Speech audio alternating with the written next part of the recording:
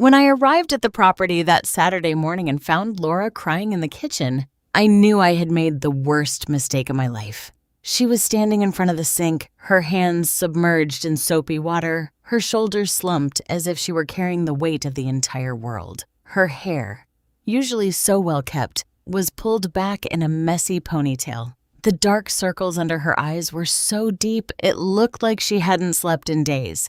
And she was crying silently, the way women cry when they no longer have the strength even to make a sound. Behind her, in the living room area connected to the kitchen, there were at least 8 people. Robert's mother, that woman who from the first day looked at me as if I were an obstacle in her way. His 2 sisters, with their shrill voices and their laughs that sounded like mockery. The younger brother with his wife and their 2 kids who were running wild all over the house. All of them sprawled out on the furniture as if they owned the place, demanding coffee, asking for more toast, shouting that the jam was gone. And my daughter, my Laura, was serving. She was serving as if she were the hired help in her own home. "Laura, where's the sugar?" one of the sisters yelled without even looking at her. "Laura, these eggs are cold. Make me new ones," Robert's mother ordered in that tone that allowed no reply. My daughter moved back and forth like a ghost, obeying every command, wiping every plate, enduring every contemptuous comment. And I, standing in the doorway, felt the rage begin to rise from the deepest part of my stomach. This was not what I had planned. This was not what I bought this property for. It had been exactly 1 year and 6 months since Laura left her first marriage. It was 18 years with a man who abused her in every way possible without ever raising a hand.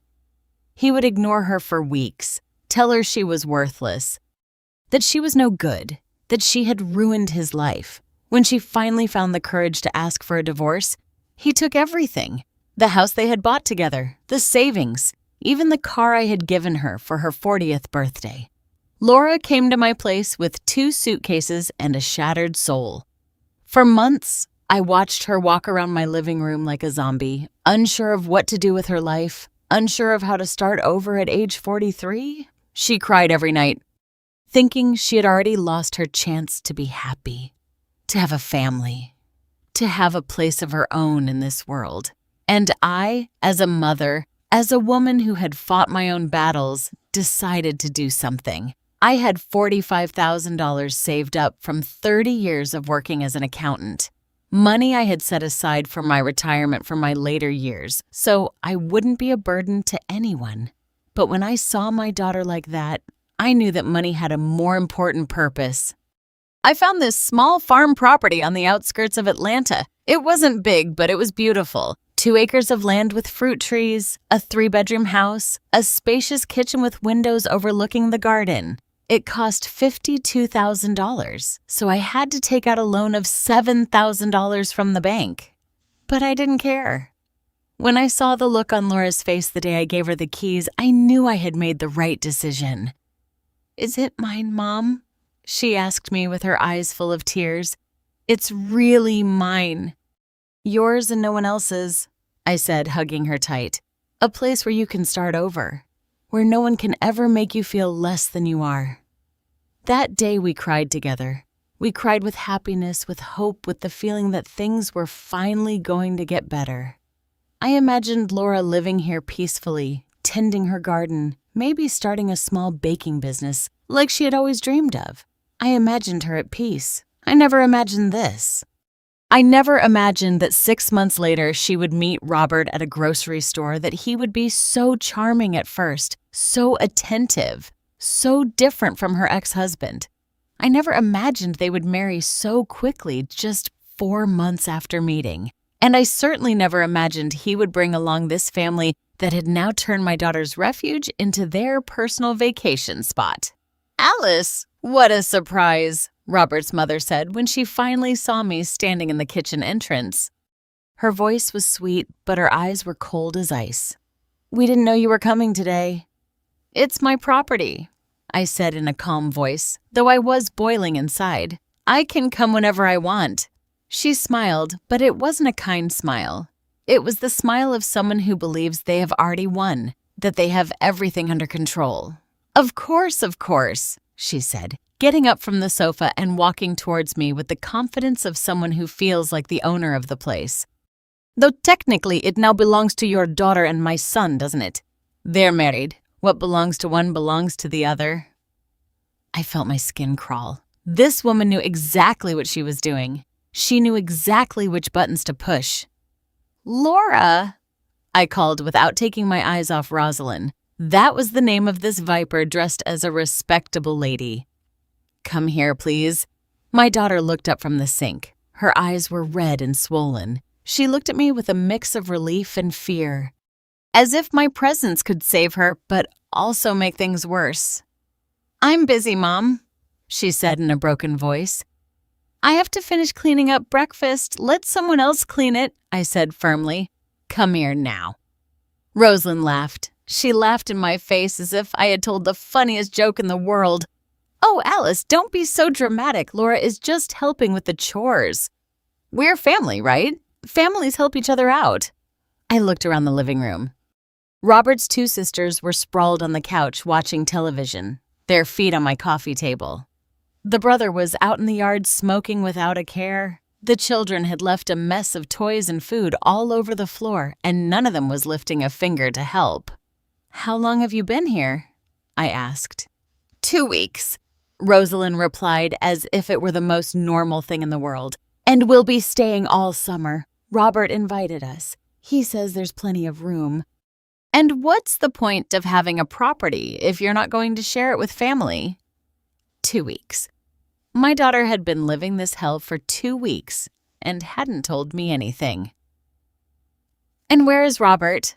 I asked, trying to keep my voice steady, although with every passing second, I felt the pressure in my chest increasing. He went out with his father to look at some land, Rosalind replied, settling back onto the sofa as if it were her personal throne. They'll be back for lunch. By the way, Laura, it's almost 11 o'clock. You should start preparing something. You know, my son doesn't like to eat late. Laura nodded silently and began pulling pots out of the cabinet with mechanical movements like a robot programmed to obey. Seeing my daughter like this broke my heart. This was not the woman I had raised. This was not the strong woman who had survived an abusive marriage and found the courage to start anew. I walked towards her and touched her arm gently. She flinched as if my touch had burned her, and then I saw something that chilled my blood. She had red marks on her wrists, as if she had been scrubbing dishes and floors for hours without a break. Her hands were cracked, swollen. The nails she always kept perfect were broken and dirty. Laura, I need to talk to you, I said in a low voice, alone. Alice, why don't you sit down with us for a while? Interrupted one of Robert's sisters, the younger one. I think her name was Angel. We're watching a great show. Laura can bring you a coffee. I didn't come to watch television, I replied without even looking at her. I came to talk to my daughter. What an attitude, muttered the other sister, Martha, just loud enough for me to hear. Now we know where Laura gets that attitude. I turned around to face her. She was a woman in her mid-30s with bleached blonde hair and nails so long I wondered how she managed to do anything with them. She was eating grapes from a bowl, spitting the seeds directly onto my wooden table. What attitude? I asked in a dangerously calm voice.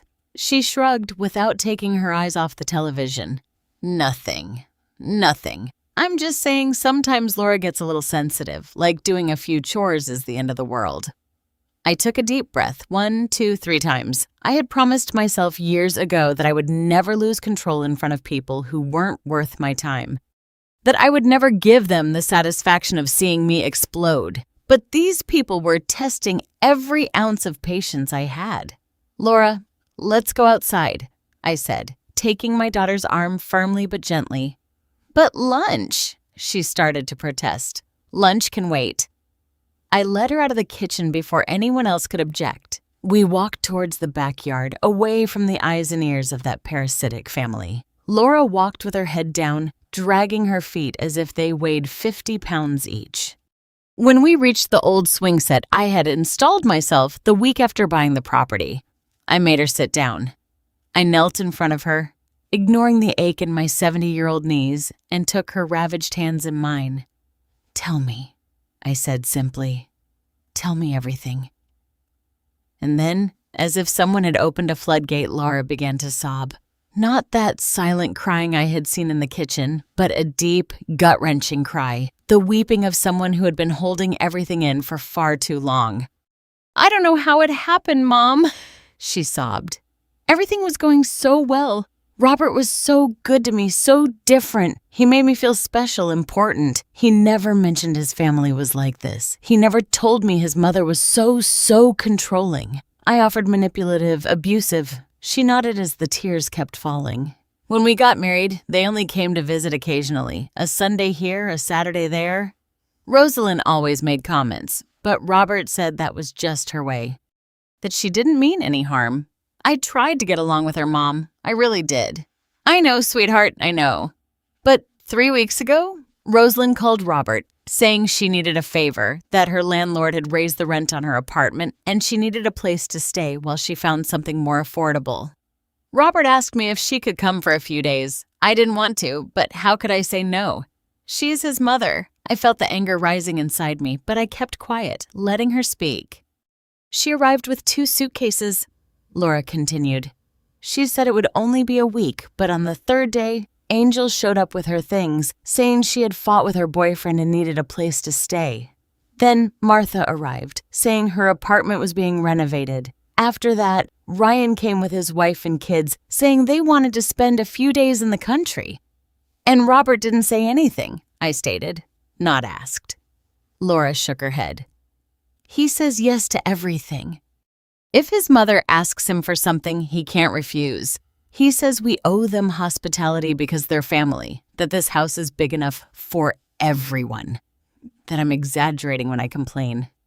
Exaggerating, I repeated, feeling the temperature of my blood rise. Exaggerating when they're treating you like a maid in your own house. Rosalind says it's my duty as a daughter-in-law to take care of the family. That's how things are done in their family. That a good wife always puts the needs of others first. Laura wiped her tears with the back of her hand, and I thought maybe she was right. Maybe I am the one being selfish. Maybe this is how normal families work, and I don't know it because I only grew up with you. Those words hit me like a slap in the face. My daughter was doubting herself, her worth, her right to be treated with respect in her own home, and all because a manipulative woman had found a way to get inside her head. "Laura, look at me," I said, taking her face in my hands. "Look me in the eyes." She slowly lifted her gaze. Her brown eyes, so much like mine, were full of pain and confusion. "None of this is normal," I said firmly. "None of this is okay. A family doesn't use you. A family doesn't exploit you. A family doesn't make you feel like a stranger in your own house. But Robert says, I don't care what Robert says." I interrupted her. "This house doesn't belong to Robert. This house belongs to you. I put it in your name, remember? Only your name is on the deed. I made sure of that specifically so no one could ever take it away from you. When I bought the property, I was very clear with the lawyer. I told him I wanted everything to be solely in Laura's name. Not even I appeared as a co-owner. I had learned from my own marriage 40 years ago that a woman needs to have something that is completely hers. Something no one can touch. Something that gives her security and power. "But we're married," Laura said in a small voice. "What's mine is his." "No," I said firmly. "This house is a private asset that you acquired before the marriage. Legally, it's yours alone. And that means you decide who stays and who leaves." I saw something change in my daughter's eyes. A small spark of hope, perhaps, or maybe of rebellion. "I can't kick them out, Mom," she whispered. "Robert would never forgive me." "And is he forgiving you for being unhappy? Is he forgiving you for crying in your own kitchen? Is he defending you from his family?" Silence. A silence that spoke louder than 1,000 words. "Where do you sleep, Laura?" I asked suddenly, a question that had just crossed my mind. She looked down again. "On the couch in the small living room." "On the couch and your room?" Rosalind said she needed a comfortable bed for her back, and since the master bedroom has the newest mattress, I couldn't listen anymore. I stood up from the ground with a determination I hadn't felt in years. "Get up," I told Laura, extending my hand. She looked at me confused, quickly, wiping the last tears from her cheeks. "What are you going to do, Mom? I'm going to remind those people whose house this is." I walked back towards the kitchen with Laura following my steps. I could feel her trembling behind me, probably terrified of what might happen. But I had made a decision. I had seen enough. I had heard enough. And I was not going to allow anyone, absolutely anyone, to treat my daughter this way. When we entered, the scene was exactly the same as I had left it. Rosaline on the couch like a queen, the sisters sprawled watching television, the children running and shouting unsupervised. The mess was worse than before. There was juice spilled on the floor, crumbs everywhere, dirty dishes piled up on every available surface. "Laura, you're back," Rosalind said without even looking at her. "Perfect. I need you to make me some chamomile tea and make sure it's hot this time." This morning's was lukewarm. I planted myself in front of the television, completely blocking the screen. All eyes turned to me. "Excuse me," said Martha with that spoiled teenager tone. "We're watching that." "Not anymore," I replied in a calm but firm voice. I found the remote, which was lying among the sofa cushions, and turned off the television. "What do you think you're doing?" Rosalind stood up, her face transforming into a mask of indignation. "You can't just come in here and I can and I am." I interrupted her. "This is my daughter's house, and I think it's time we had a conversation about the rules." Rosaline laughed, but it was a humorous laugh. "Rules. Alice, I don't think you understand how things work. My son is married to your daughter. That makes us family, and family doesn't need rules to visit." "Visit?" I repeated the word, letting it float in the air. "That's an interesting word." "A visit lasts a day, maybe two, maybe a weekend if everyone gets along really well. But you've been here for 2 weeks. That's not a visit. That's an invasion." Angel stood up from the sofa, crossing her arms. "Look, lady, I don't know what Laura told you, but we're no invasion. Robert invited us. It's his house as much as hers." "No," I said, looking her directly in the eyes. "It's not. This house is solely in Laura's name. Robert has no legal right to this property. So technically, even he can't invite anyone without her permission." I watched their expressions change. Confusion, surprise, and then something that looked like fear in Rosalind's eyes. "That can't be true," she said slowly. "Robert told us the house belonged to both of them. Robert lied to you, or he simply assumed something that isn't true."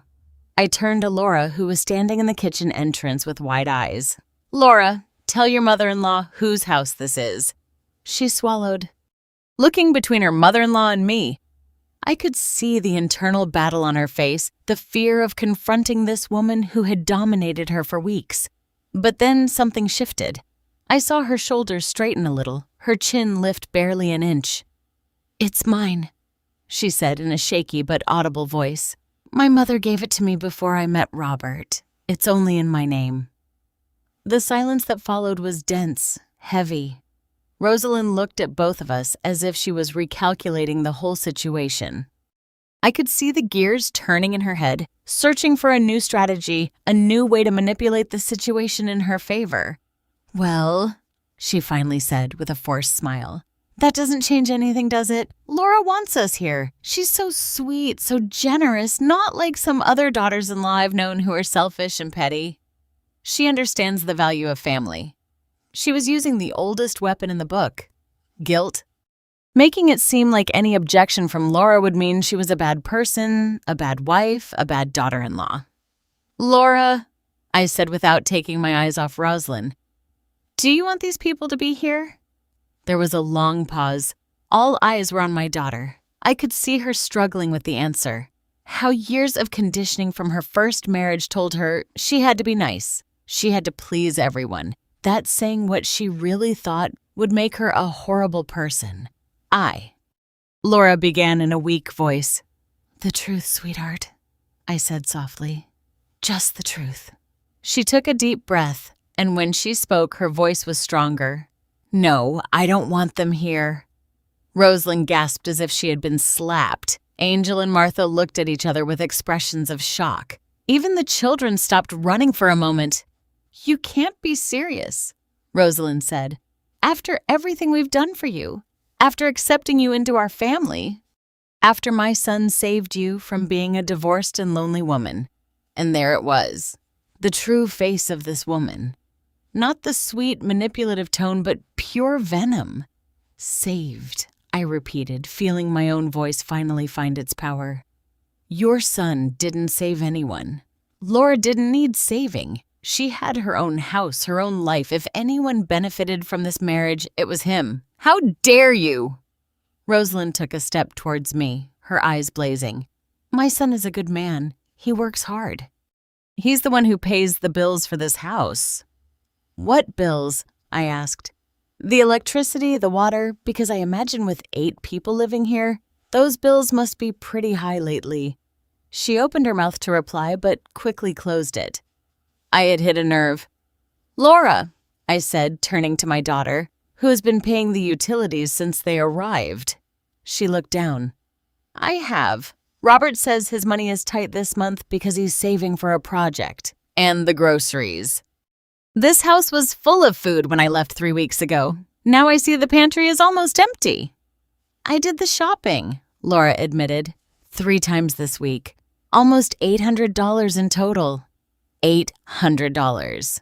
My daughter had spent $800 feeding this family of freeloaders in 2 weeks. "And have they contributed anything?" I asked, though I already knew the answer. Laura shook her head. I turned back to Rosalind with a cold smile. "So let me see if I understand correctly. You all came here, moved into my daughter's house, have been eating her food, using her utilities, sleeping in her bed, and on top of that, you've turned her into your personal maid. And all this without paying a single cent." "We're family," Rosalind repeated. But now her voice sounded less certain. "Family doesn't charge each other." "You're right," I said, nodding slowly. "Family doesn't charge, but family also doesn't exploit. Family doesn't humiliate. Family doesn't turn your home into your prison." "This is ridiculous," Martha interrupted, getting up from the couch. "Mom, you don't have to listen to this. When Robert gets here, he'll put these 2 in their place. Robert won't do anything," I said with a certainty that surprised even Laura, "because by the time Robert gets here, you won't be here anymore." The room fell into complete silence. Even the children had stopped moving, sensing the tension in the air. "What did you say?" Rosalind asked slowly. "Dangerously." "You heard me?" I replied. "It's time for you to pack your bags and leave. All of you." Rosalind looked at me as if I had gone crazy. Then she let out a dry, humorless laugh, full of contempt. "You can't kick us out," she said, crossing her arms. "This isn't your house, Alice. It's your daughter's and my son's. And as far as I know, my son has as much right to be here as anyone." "Your son can stay if Laura decides," I replied. "But you are not welcome." "And who's going to kick us out?" Angel asked with a mocking smile. "You, a 70-year-old lady, please." I approached her slowly, looking her directly in the eyes. She was taller than me, younger. She probably thought that gave her some kind of advantage. But I had lived 70 years in this world. I had raised a daughter alone after my husband died when Laura was only 5 years old. I had worked in offices full of men who thought they could intimidate me. I had survived losses, betrayals, and pain that this spoiled child couldn't even imagine. "Be careful about underestimating older women," I said in a low but firm voice. "We've survived too much to be afraid of people like you." Angel took a step back, her smile wavering. "Laura," Rosalind said, ignoring me completely and turning to my daughter. "You're not going to allow this, are you? You're not going to let your mother come here and cause problems in your marriage. Think about Robert. Think about how he'll feel when he knows you kicked out his family." And there it was again. Manipulation, emotional blackmail, the way to make Laura doubt herself, to make her feel guilty for wanting peace in her own home. I saw Laura open her mouth, probably to give in, to apologize, to say that everything was fine. But before she could speak, I intervened. Robert can feel however he wants, I said, but he will have to understand that his wife deserves respect in her own home. And if he can't understand that, then maybe he needs to ask himself what kind of man he is. Are you trying to destroy their marriage? Rosalind accused, her voice rising in volume. That's what you're doing, isn't it? You never liked that your daughter found someone. You always wanted to keep her dependent on you. That accusation was so absurd it almost made me laugh. Me, who had spent my life savings to give my daughter independence. Me, who had worked double shifts for years to make sure she never lacked anything. Me, who had prayed every night for her to find someone who would truly make her happy. I'm not going to dignify that with a response, I said simply. You have 1 hour to pack your things and leave this property. 1 hour? Martha screamed. Are you crazy? We have suitcases, boxes, the kids have toys all over the house. Then I suggest you start now instead of continuing to argue. Ryan, who had been quietly smoking in the yard this whole time, finally came in. He was a heavy-set man in his 40s with a beer belly and a perpetually bored expression on his face. What's going on here? He asked, looking between his mother and me. This woman is kicking us out, said his wife, a thin woman with a high-pitched voice who hadn't opened her mouth until now. Can you believe it? She's kicking us out. Ryan looked me up and down, sizing me up. I could see the contempt in his eyes. The way he assumed he could intimidate me just because he was a man, just because he was physically bigger. Ma'am, he said in a voice that tried to sound threatening, I think you're a little confused. This is my brother's house, and we are my brother's guests, so you have no authority to tell us anything. I took my cell phone out of my pocket. A simple gesture, but it made everyone tense up. What are you going to do? Rosalind asked suspiciously. Call the police? Don't be ridiculous. They won't do anything. We haven't committed any crime. I'm not going to call the police, I said, dialing a number I knew by heart. I'm going to call my lawyer. I saw their expressions change. The lawyer. That word has power, it has weight. It means legal consequences, documents, official things that cannot be ignored or manipulated with sweet words. The phone rang twice before he answered. Alice, what a surprise. How are you? Hello, Richard, I said loudly, making sure everyone could hear. I need you to clarify something about the deed to the property we bought for Laura last year. Sure. Tell me. The house is solely in her name. Correct. Her husband has no ownership rights. Correct. It's a private asset acquired before the marriage. It is completely in her name. Why is there a problem? There are people on the property who refuse to leave when asked to do so. Can my daughter legally demand that they vacate? Absolutely. It's her private property. If she asks someone to leave and that person refuses, that constitutes trespassing. She can call the police and they will have to escort them off the property. I looked at Rosalind as she listened to every word coming out of the phone. Her face had turned pale. What if they are relatives of her husband? I asked. It doesn't matter. The law is clear. Private property means the owner decides who can be there and who can't. The fact that they are related to the husband doesn't give them any legal right. Perfect. Thank you very much, Richard. If I need anything else, I'll call you. I hung up the phone and put it back in my pocket. The silence in the living room was absolute. Did you hear that? I asked, looking at each of them. If you are not off this property in 1 hour, Laura is going to call the police. And believe me, you don't want that to happen. The police are not friendly when they have to remove people who are trespassing. This is unbelievable, Rosalind muttered. Absolutely unbelievable. Wait until Robert hears about this. Wait until he knows that his own wife kicked his family out onto the street. Robert is free to have his opinion, I said. But this is the reality. His family has abused Laura's hospitality. They have turned her house into their personal hotel. They have spent her money, occupied her space, and treated her like a maid. And now that's over. We didn't do any of that, Martha screamed. Laura is exaggerating as always. She's so dramatic. Dramatic? I repeated, feeling the temperature of my voice drop dangerously. My daughter's hands are ravaged from cleaning and cooking for you. She hasn't slept in her own bed in 2 weeks because your mother appropriated it. She has spent $800 on food that you devoured without contributing a single cent, and you call her dramatic. Martha opened her mouth to reply, but nothing came out because she knew it was true. They all knew it. "Mom," Laura said in a trembling voice from her position at the kitchen entrance. "What's going to happen when Robert gets here?" It was the question that had been floating in the air all this time. Robert, the husband, Rosalind's son, the man caught in the middle of all this. "That depends on him," I replied honestly. "He can get angry. He can try to defend his family, or he can see this for what it truly is. A necessary intervention to protect his marriage and his wife's mental health. He'll take our side," Rosalind said with certainty. "My son knows his place. He knows that family comes first." "His family is Laura now," I said, looking her directly in the eye. "When he married her, she became his priority. Not you, her."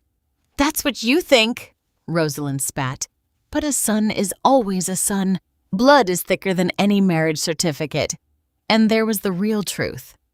This woman's deep-seated belief that her son would always belong to her, that no wife could ever be more important than his mother. It was a battle Laura could never win. Not as long as Robert remained tied to Rosalind's manipulations. "You have 50 minutes, I said, looking at my watch. "I suggest you stop talking and start packing." For a moment, no one moved. They all stood there looking at me as if they expected me to back down to say it was just a joke, that of course they could stay. But I didn't move. I stood there firmly planted, arms crossed, with an expression that made it clear I would not change my mind. Finally, it was Ryan who spoke. "This is stupid. I'm going to call Robert." He pulled out his phone and dialed.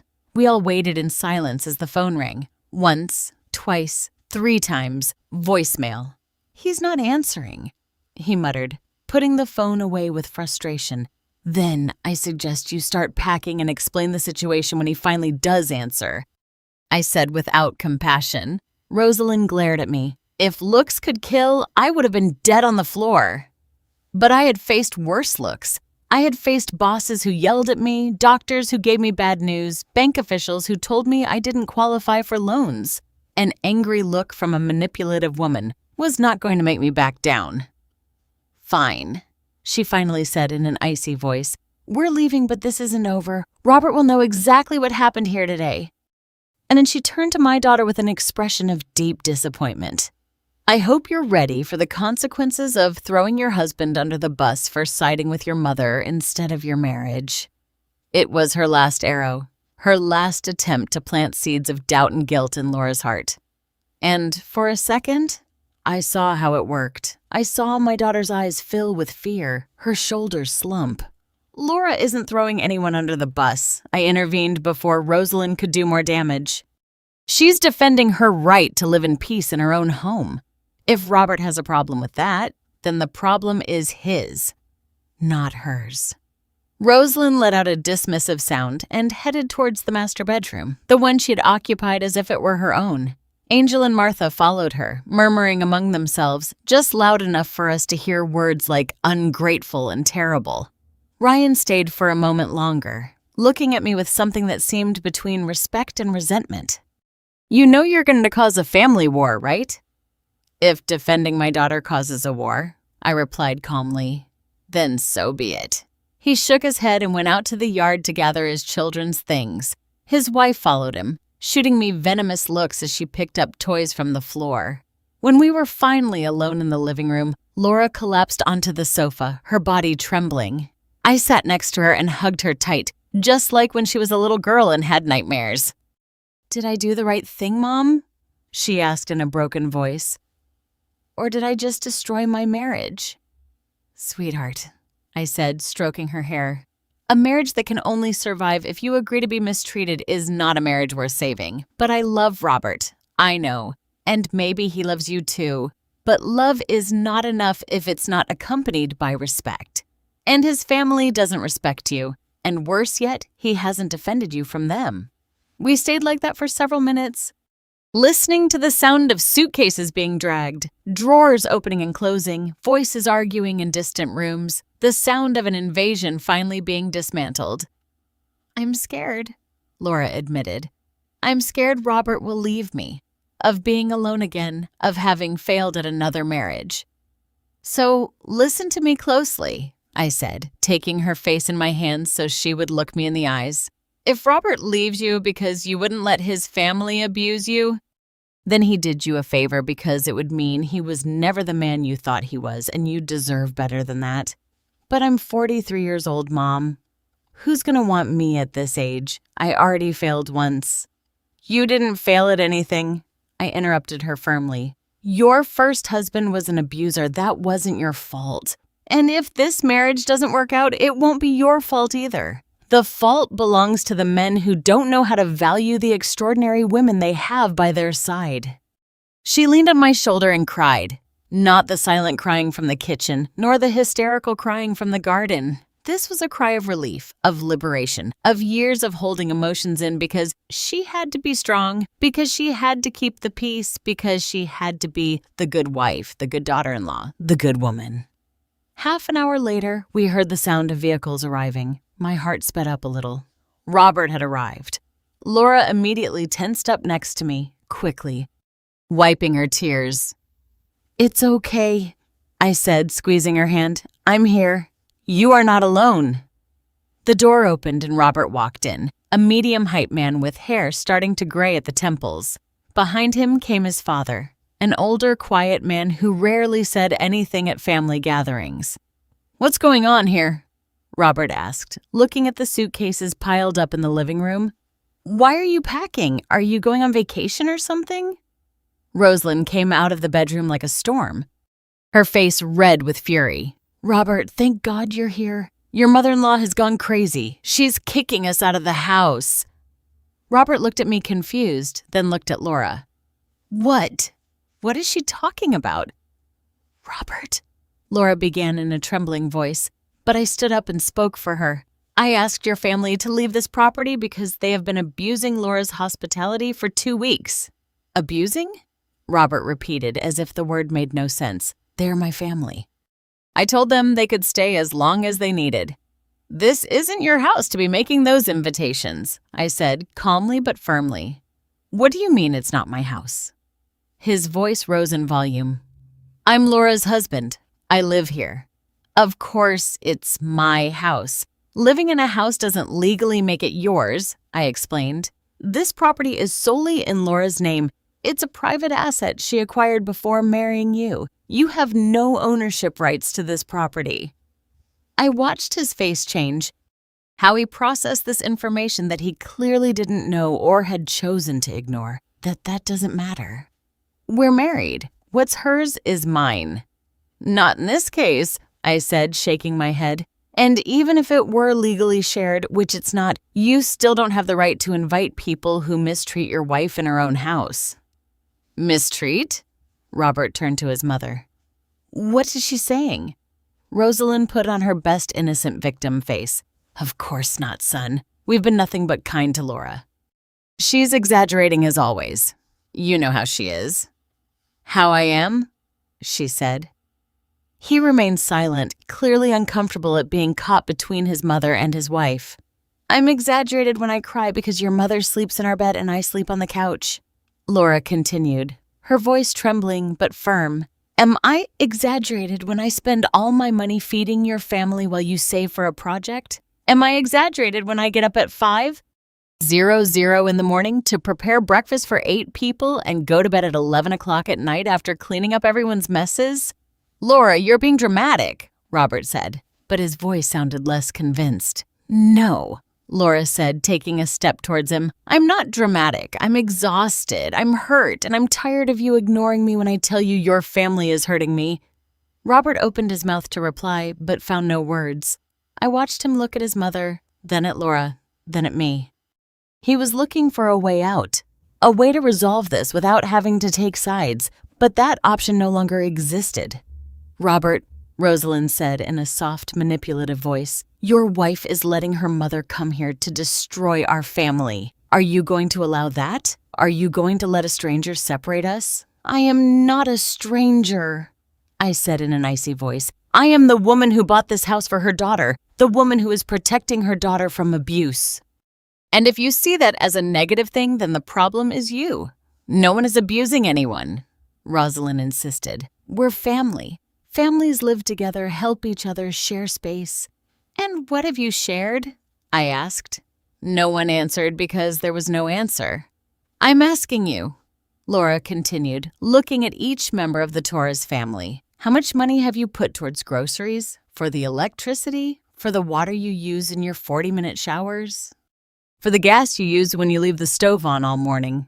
I didn't know you were keeping track, Angel murmured sarcastically. I wasn't keeping track, Laura replied. But when you spend $800 in 2 weeks on food for people who don't even say thank you, you start to notice. Robert, you heard her. $800. Yes, Robert. $800 of my money because you said your money was tight this month, but it turns out you're not so tight that you couldn't go out with your father to look at some land, which probably meant going out for breakfast and beer while I cooked for your family.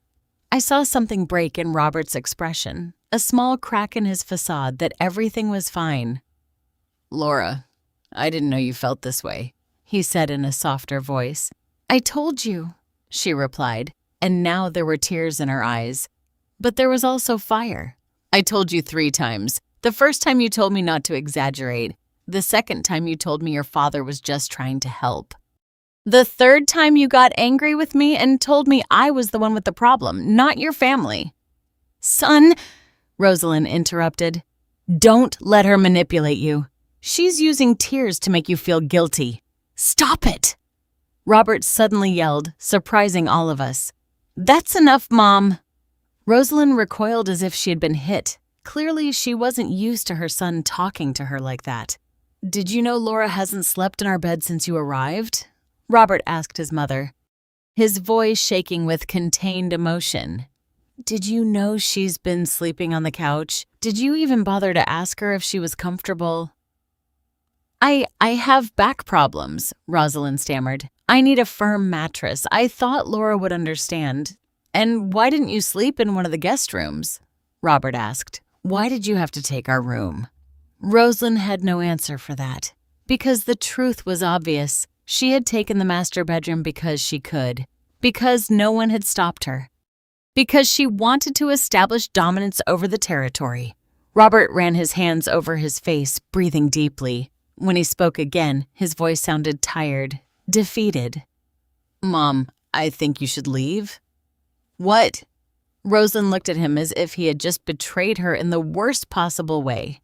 Robert, you can't be serious. I'm your mother. I know, and I love you. But Laura is right. You have taken advantage of her kindness. And I allowed it because I didn't want to see what was happening. Robert, please. Rosalind's voice was now pure pleading. Don't do this. Don't make me feel like I'm a bad person. I just wanted to spend time with my family. You could spend time with us without moving in here, Robert said firmly. You could visit on weekends. We could go out to eat together. But this, he pointed to the suitcases, the mess, the tension in the air. This isn't a visit. This is an invasion. The words I had spoken earlier were now coming out of her own son's mouth. And they hurt more coming from him. Angel stepped forward, her face red with anger. I can't believe you're kicking us out for this woman, your own family, Robert, the people who were there when you were born, when you grew up, when you needed us. And I'm grateful for that, Robert said, looking at her. But Laura is my wife. She's my family now, too. And you've treated her like an employee in her own house. How did you expect me to react when I finally opened my eyes? You didn't open your eyes. Martha spat. You were brainwashed. That old lady, she pointed at me with contempt, came here to cause problems because she can't stand that her daughter has a life of her own. I took a step towards her. Watch what you say, girl. I came here because I found my daughter crying in her own kitchen, exhausted, humiliated, treated worse than a dog. And if that seems like causing problems to you, then you have no idea what family means. Alice is right, said a voice we hadn't expected to hear. Robert's father, who had been quiet all this time, finally spoke. "Rosalind, what we did is wrong. I knew it from the start, but I didn't say anything because I never say anything. But this time, I can't stay silent." Rosalind turned to her husband with an expression of shock. "You, too. My own husband is turning against me." "I'm not against you," he said in a tired voice. "I'm against what we did." We took advantage of Laura's kindness. I watched her work like a slave these last few days, and I did nothing to stop it, and I'm ashamed of that. There was a moment of absolute silence. Rosalind looked at her husband as if she didn't recognize him. Her children looked at her, expecting her to say something, to defend them, to somehow turn this into everyone else's fault. But for the first time, Rosalind was speechless. Her arsenal of manipulation, her guilt tactics, her victimization strategies, everything had failed. She was being confronted not only by strangers, but by her own son and her own husband. "Finish packing," Robert said finally, his voice firm despite the visible pain in his eyes. "You can stay at my old apartment. I still have the keys. It's in downtown Atlanta. It has 2 bedrooms. It's not big, but it's enough until you find another place." "I'm not going anywhere," Rosalind said, straightening her back, trying to regain some dignity. "If we leave, you come with us, Robert." "That's the only option." I looked at Robert, waiting. This was the moment of truth, the moment when he would truly have to choose between his mother's manipulation and respect for his wife. Robert looked at his mother, then at Laura, who was standing next to me with tears running down her cheeks, but her head held high. I could see the internal battle on his face. Years of conditioning versus what he knew was right. "No, Mom," he finally said. "I'm staying here with my wife in her house where I should have been this whole time, defending her instead of allowing her to be treated like this." Rosalind gasped as if she had been slapped. Her eyes filled with tears, but they weren't tears of sadness. They were tears of rage, of helplessness, of knowing she had lost the control she had held over her son for 45 years. "You'll regret this," she said in a trembling voice. "When she disappoints you, when this marriage fails like her first marriage, you're going to regret choosing a stranger over your own blood." "Laura is not a stranger," Robert said with a firmness I hadn't heard from him before. "She's my wife, and if this marriage fails, it will be because I didn't protect her when I should have. Not because she wasn't worth it." Rosalind looked at all of us with a mix of pain and fury that seemed to consume her from within. For a moment, I thought she was going to continue arguing, that she was going to launch more accusations, more manipulations. But something in Robert's expression, in the firmness of his stance, made her realize that this battle was lost. "Fine," she finally said in an icy voice. "We're leaving, but don't expect me to ever speak to you again. Not to you, Robert, and not to you, Laura. You've chosen your path. Now you'll have to live with the consequences." She turned and marched towards the master bedroom to finish packing. Angel and Martha followed her, shooting us looks of pure hatred. Ryan and his wife hastily gathered their children's things, murmuring among themselves about ingratitude and disrespect. Robert's father stayed for a moment longer. He approached Laura and put a hand on her shoulder. "I'm sorry," he said simply. "I should have said something sooner. I should have defended you." Laura nodded, unable to speak through the tears that were now falling freely. He nodded too and went out to help load the suitcases into the car. Robert collapsed onto the sofa, his head in his hands. I could see him trembling, processing everything that had just happened.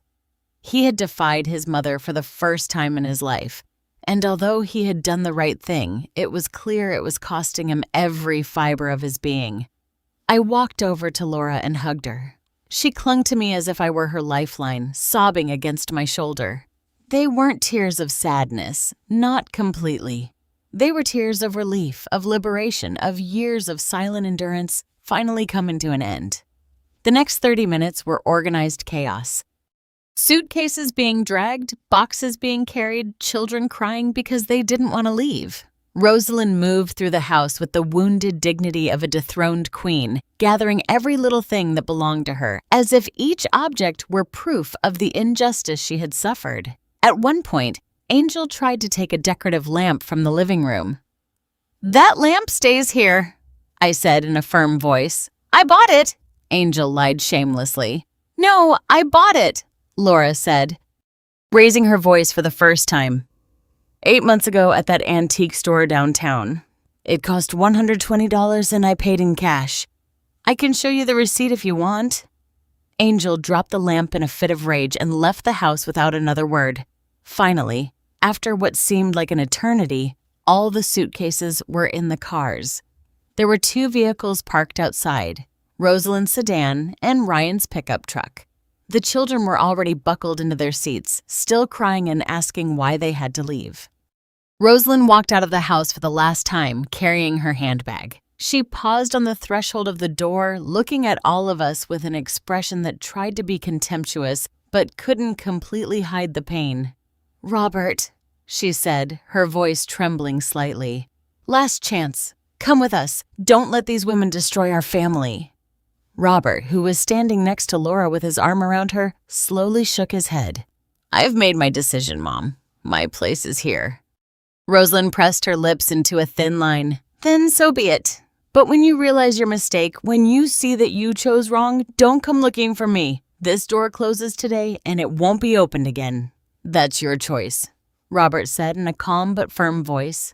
"I'm just choosing my wife. You're the one turning that into a war." Rosalind did not reply. She simply turned around and walked towards her car with her back straight and her head held high. Angel and Martha got into the car with her. Ryan, his wife, and their children got into the truck. Robert's father was the last to get in, giving us one last apologetic look before closing the car door. The engine started. The cars began to move slowly down the gravel driveway towards the gate. Laura, Robert, and I stood on the porch watching them drive away. No one spoke. We only heard the crunch of the tires on the gravel, the sound of the engines, and then silence when they finally disappeared from view. Laura was the first to move.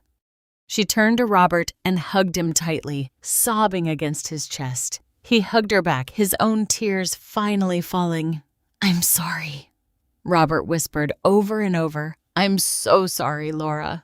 I should have listened to you. I should have defended you from the start. I'm sorry."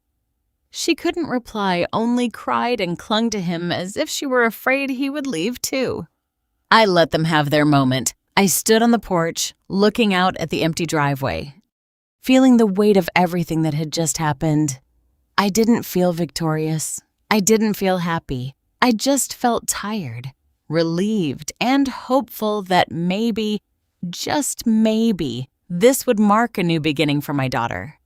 After several minutes, I walked over to them and put my hand on Laura's shoulder. "Are you two okay?" I asked softly. Laura nodded, wiping her face. "Yes, Mom, I think so."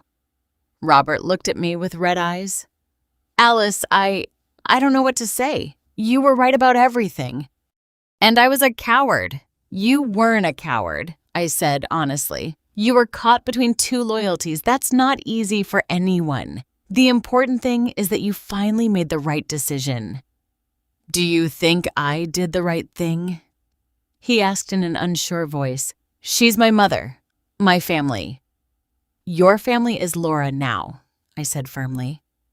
"And yes, you did the right thing. A mother who truly loves you would never put you in the position of having to choose between her and your happiness. She forced you to choose, not you." He nodded slowly, processing my words. "It's going to take time," he said, to reconcile all of this with what happened.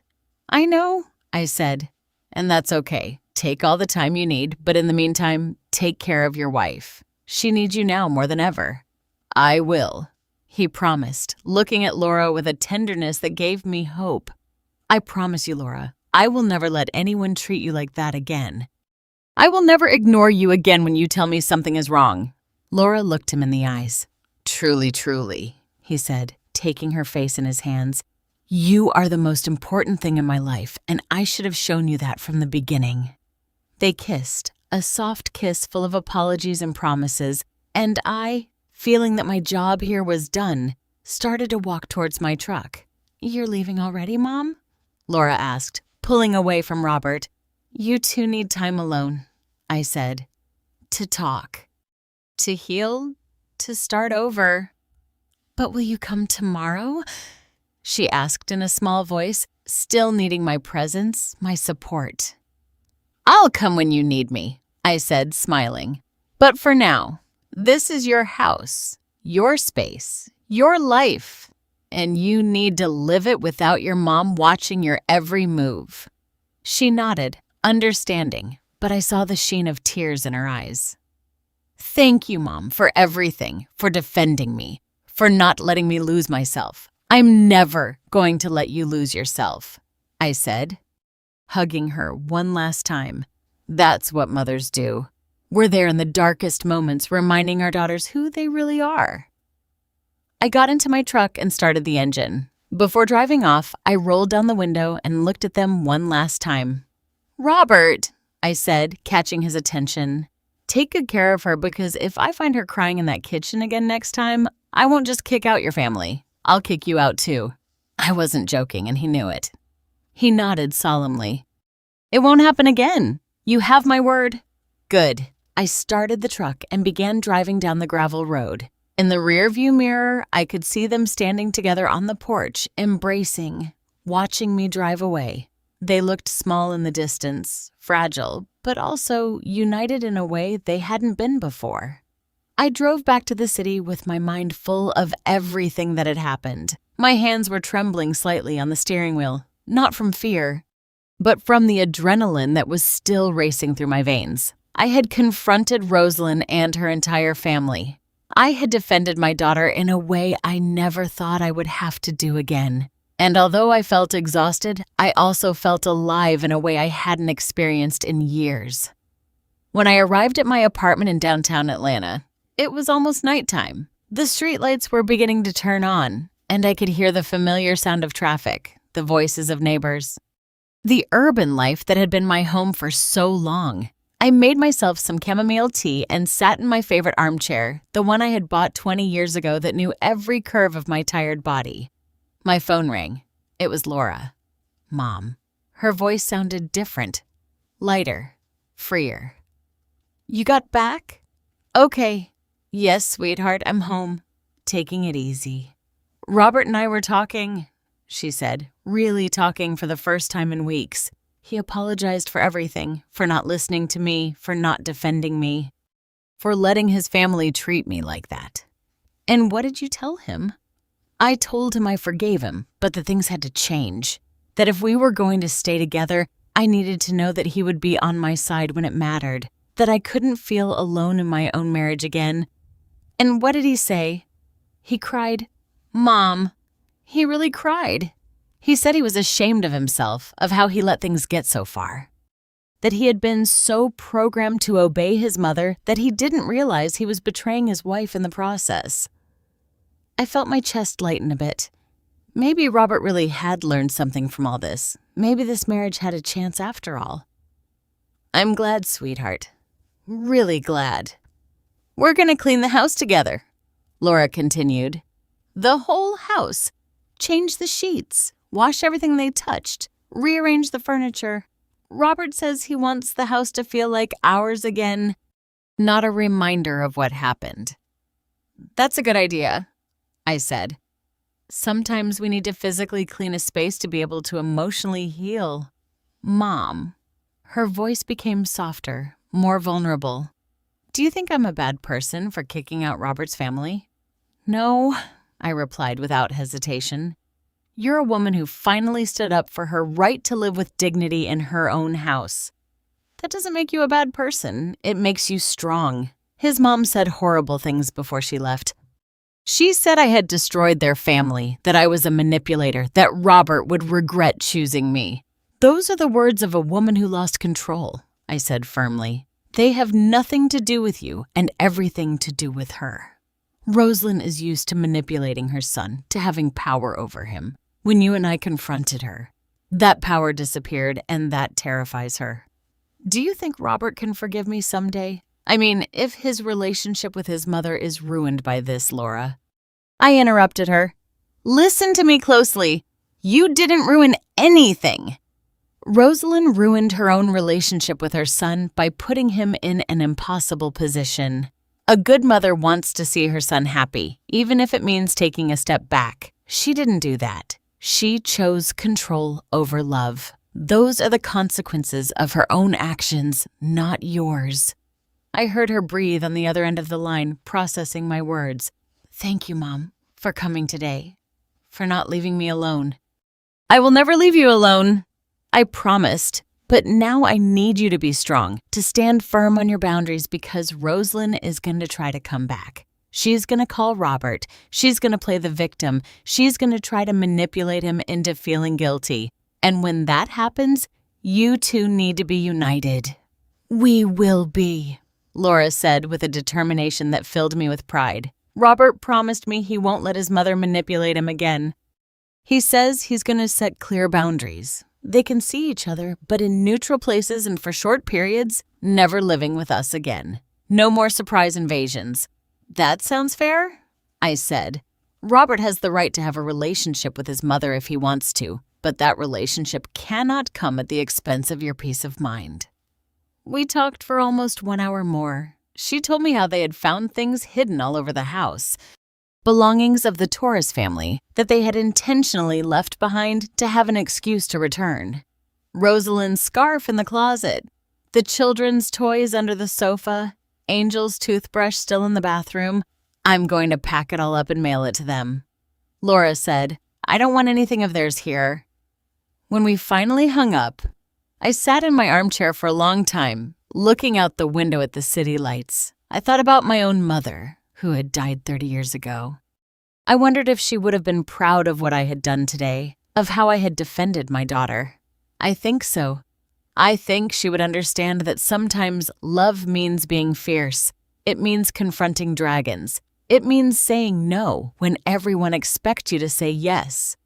The next few days were quiet. Laura called me every night to tell me how things were going. She and Robert were working on their marriage, truly talking for the first time about expectations, boundaries, family. They were going to couples therapy, something Laura had suggested and Robert had accepted without resistance. The therapist says Robert has what they call enchantment with his mother. Laura explained to me in one of our calls that he never developed healthy boundaries between her and him, which is why it's so hard for him to say no. And what does Robert say about that? He says it makes sense that he always felt he had to please his mother to be a good son. That the idea of disappointing her terrified him more than anything else. At least he is acknowledging it. I said that's the first step. 1 week after the incident, Rosalind started calling. First, she called Robert directly, but he didn't answer. Then, she started sending him text messages, each one more manipulative than the last. Laura read me some. Your father is sick at heart because of you. I can't sleep thinking about how my own son betrayed me. I hope you're happy knowing you destroyed your mother. How does Robert respond? I asked. He doesn't respond, Laura said with satisfaction. The therapist told him not to respond to the manipulation, only to respond when she could talk without trying to make him feel guilty. So far, she hasn't been able to. Good. I said maintaining boundaries is the hardest thing, especially at first, but it gets easier with time. 2 weeks later, I received my own call from Rosalind. It was late at night. Almost 10 o'clock. Alice? Her voice sounded different, softer, more vulnerable. I need to talk to you about what? I asked cautiously about what happened, about my son, about everything. There was something in her tone that made me pause. She didn't sound like the furious, manipulative woman who had left that house 2 weeks ago. She sounded tired, maybe even regretful. All right, I finally said. Talk. I didn't realize, she began, her voice trembling slightly. I didn't realize what I was doing, how I was treating Laura. In my mind, I was just being part of the family, helping, being present. But my husband made me see that it wasn't like that I was being abusive. I completed when she couldn't say the word silence. then a sound that sounded like a choked sob. "Yes," she finally admitted. "Abusive. That word has been haunting me. I never thought I would be the kind of person who would make someone feel that way. But you did," I said without softening my words.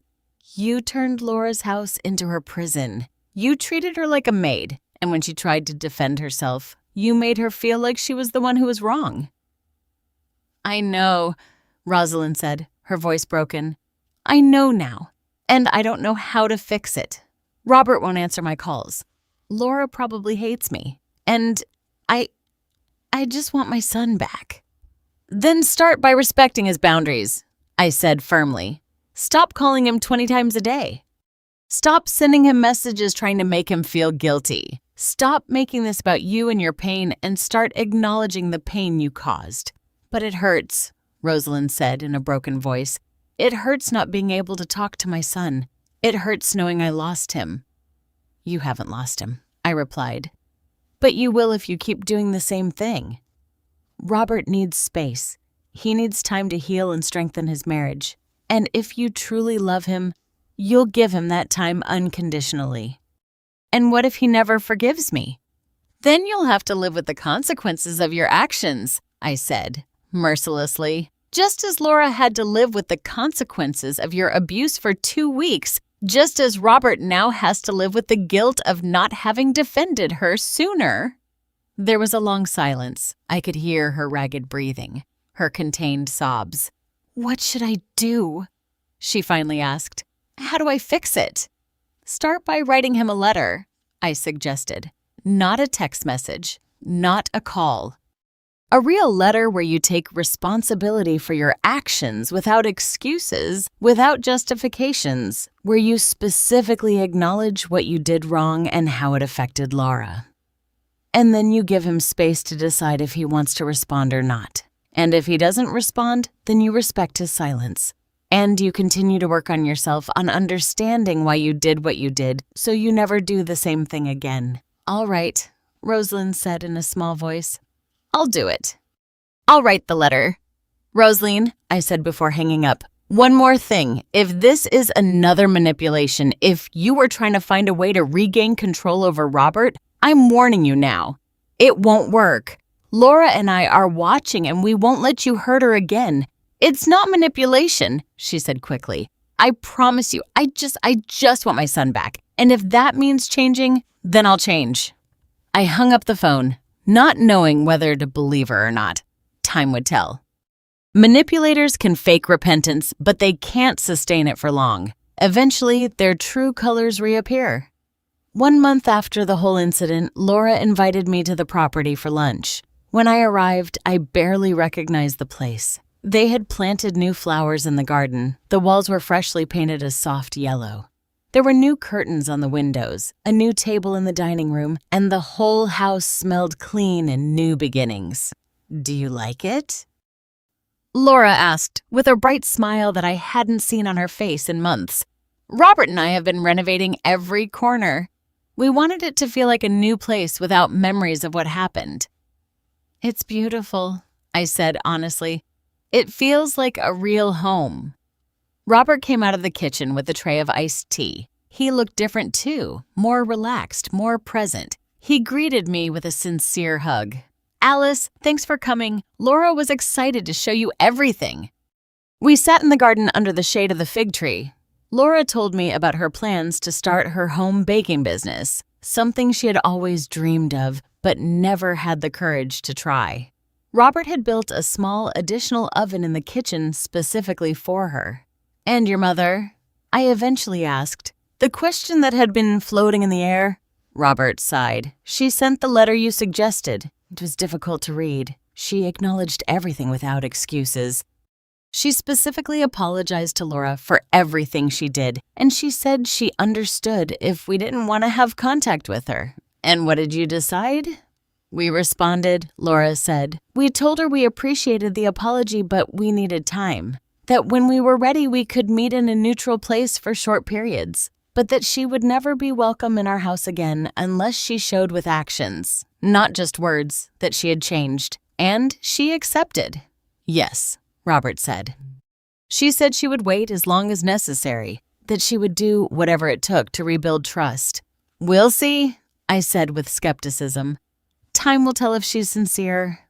"I know," Robert nodded. "That's why we're not rushing. Laura is my priority now, and if my mother can't respect that, then she'll have to live with the consequences."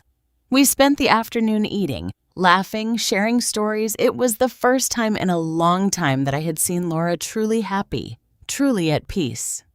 And seeing Robert look at her with that protective love, with that genuine attention, gave me hope that maybe this marriage could survive after all.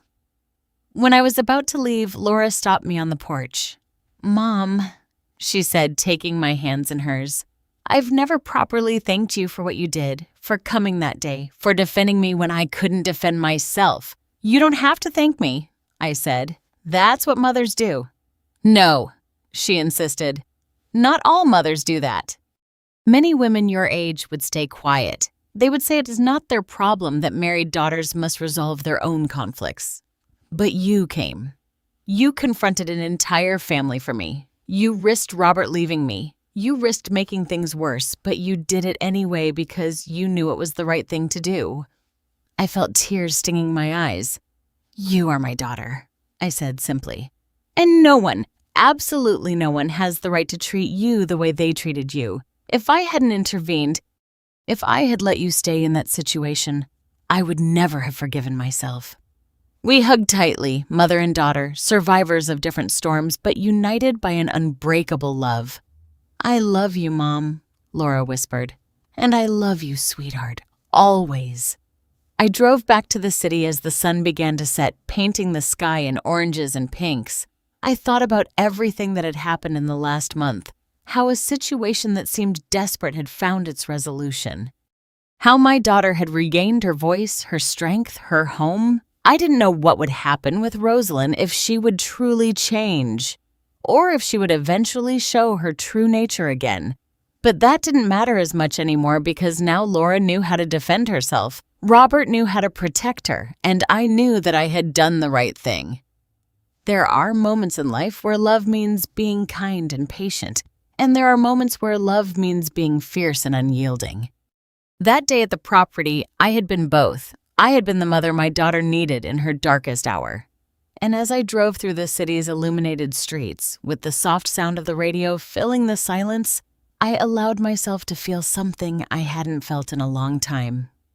Pride. Pride in myself, in my daughter, in the strong woman I had raised. Because at the end of the day, that's what mothers do. We teach our daughters to be strong.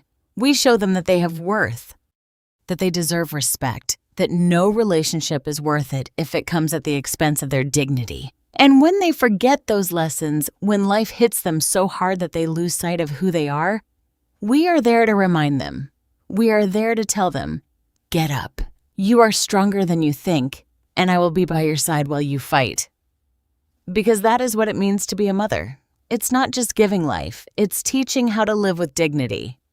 It's showing by example that there are battles worth fighting. It's being the shield when they don't have the strength to defend themselves, and being the mirror that reminds them who they really are when the world tries to make them forget. I arrived at my apartment that night, feeling the weight of my 70 years, but also feeling something younger, more vital. I had spent almost all my savings on that property. I had risked my relationship with my daughter's husband. I had confronted an entire family without fear, and I would do it all again without a second thought. Because that house, that property I bought with a lifetime of work, was not just a piece of real estate. It was a symbol of independence, of security, of a woman's ability to have something no one can take away from her. And when that security was threatened, when that refuge turned into a prison, I did what any mother would do for her daughter. I gave her back her home. I gave her back her voice. I gave her back her life, and in the process, I taught her the most important lesson of all, that no matter how old you are, no matter how many times you have fallen, you always have the right and the power to get up and say no more. That night, before going to sleep, I received one last text message from Laura. It was a photo of her and Robert in the garden hugging, genuinely smiling. And below the photo, 3 words. "Thanks for everything." I smiled, put away my phone, and closed my eyes, knowing that my daughter was finally okay, that her house was truly hers, that her life belonged to her, and that if she ever needed me again, I would be there in 5 minutes, ready to fight again. Because that's what mothers do. We don't give up, we don't back down, and we never ever let anyone hurt our daughters without consequences.